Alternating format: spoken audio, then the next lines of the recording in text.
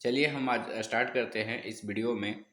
हमारा आज का पहला प्रश्न है, भारत में राष्ट्रीय आय की गणना किसके द्वारा की जाती है? और इस प्रश्न का जो राइट आंसर है ऑप्शन बी है, केंद्रीय सांख्यिकी संगठन।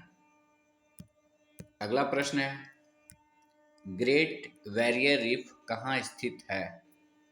बहुत ही इंपॉर्टेंट है और इस प्रश्न का जो राइट आंसर हो जाएगा ऑप्शन बी, प्रशांत महासागर में।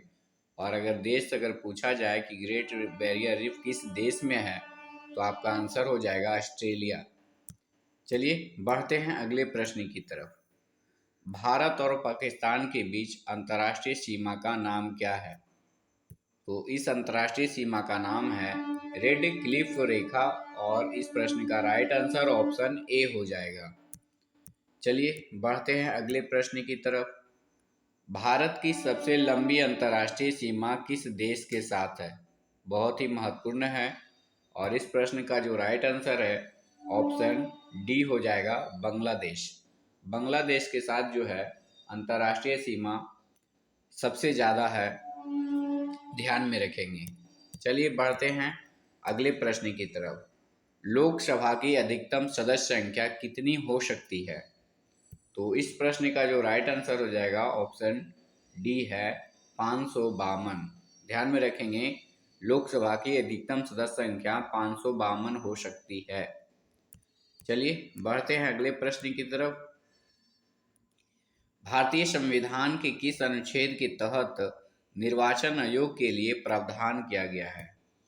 तो वह जो अनुच्छेद है 324 और प्रश्न का जो राइट आंसर हो जाएगा ऑप्शन बी। चलिए अगले प्रश्न की तरफ। भारतीय संविधान का कौन सा अनुच्छेद भारत की विदेश नीति से संबंध रखता है? बहुत ही महत्वपूर्ण है, याद रखेंगे। तो इस प्रश्न का जो राइट आंसर हो जाएगा अनुच्छेद 51 ऑप्शन सी। अनुच्छेद 51 के तहत जो है भारत की विदेश नीति से संबंधित है। चलिए अगले प्रश्न की तरफ बढ़ते हैं। किस सिख गुरु ने खालसा पंथ का प्रवर्तन किया था? यानी कि खालसा पंथ के संस्थापक कौन है इसमें से? तो ये हैं गुरु गोविंद सिंह। ऑप्शन डी आपका राइट आंसर है। अगला प्रश्न है, हिडकल परियोजना किस नदी पर स्थित है? बहुत ही महत्वपूर्ण प्रश्न है और इस प्रश्न का जो राइट आंसर हो जाएगा ऑप्शन सी, घाट प्रभा नदी। और हिडकल परियोजना जो है दक्षिण भारत का राज्य है कर्नाटक, उससे संबंधित है। चलिए अगले प्रश्न की तरफ बढ़ते हैं। इनमें से कौन सा त्यौहार असम राज्य में मनाया जाता है? तो देखिए ये बहुत ही फेमस त्यौहार है, प्रसिद्ध है। ऑप्शन बी है आपका राइट आंसर, बिहू। बिहू किस राज्य का फेस्टिवल है या उत्सव है या महोत्सव है? तो असम राज्य का है। ओणम जो है केरल का है, पोंगल जो है तमिलनाडु का है, ध्यान में रखेंगे। चलते हैं अगले प्रश्न की तरफ। एक आदमी 10 मीटर से अधिक दूरी की वस्तु को स्पष्ट नहीं देख पाता है तो वह किस दृष्टि से दोष से पीड़ित है? किस दृष्टि दोष से पीड़ित है?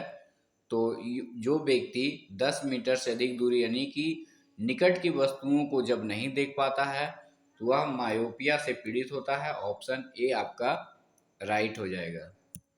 चलिए अगले प्रश्न की तरफ बढ़ते हैं। इंटीग्रेटेड सर्किट चिप पर किसकी परत होती है? और इस प्रश्न का जो राइट आंसर हो जाएगा ऑप्शन सी, सिलिकॉन। चलिए अगले प्रश्न की तरफ बढ़ते हैं। इनमें से किस विकिरण की वेदन क्षमता सबसे ज़्यादा होती है यानी कि सर्वाधिक होती है? तो ये है किरण आपका गामा किरण, ध्यान में रखेंगे। ऑप्शन सी आपका राइट आंसर है। अगला प्रश्न है, हॉलमार्क का चिन्ह किन उत्पाद पर लगाया जाता है? और ये जो लगाया जाता है आभूषण, स्वर्ण आभूषण पे लगाया जाता है, तो यानी आपका राइट आंसर सी हो जाएगा ऑप्शन। चलिए अगले प्रश्न की ओर। इनमें से किस कारण मिनी माता रोग होता है? यानी कि किसकी वजह से, किस तत्व या किस धातु की वजह से मिनी माता रोग होता है? तो वह धातु है ऑप्शन डी में पारा। चलिए अगले प्रश्न की तरफ बढ़ते हैं। हरा प्रोटोजोआ के नाम से प्रसिद्ध है। बहुत ही फेमस क्वेश्चन है, एग्जाम में बार बार पूछे गए हैं। तो हरा प्रोटोजोआ जो है यूग्लिना को कहा जाता है। ऑप्शन ए आपका राइट होगा। अगला प्रश्न है, इनमें से किस तिथि को नौसेना दिवस मनाया जाता है? यानी कि नौसेना दिवस कब मनाया जाता है?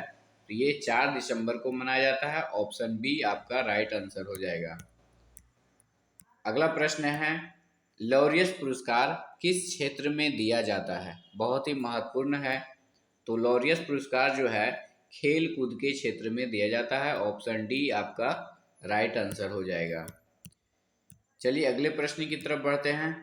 अनहैप्पी इंडिया के लेखक कौन हैं? बहुत ही फेमस पुस्तक है। अनहैप्पी इंडिया के लेखक हैं लाला लाजपत राय। ऑप्शन ए आपका राइट आंसर हो जाएगा। अब आपका सभी प्रश्न समाप्त हो गया। फिर मिलते हैं नेक्स्ट वीडियो में। तब तक के लिए जय हिंद।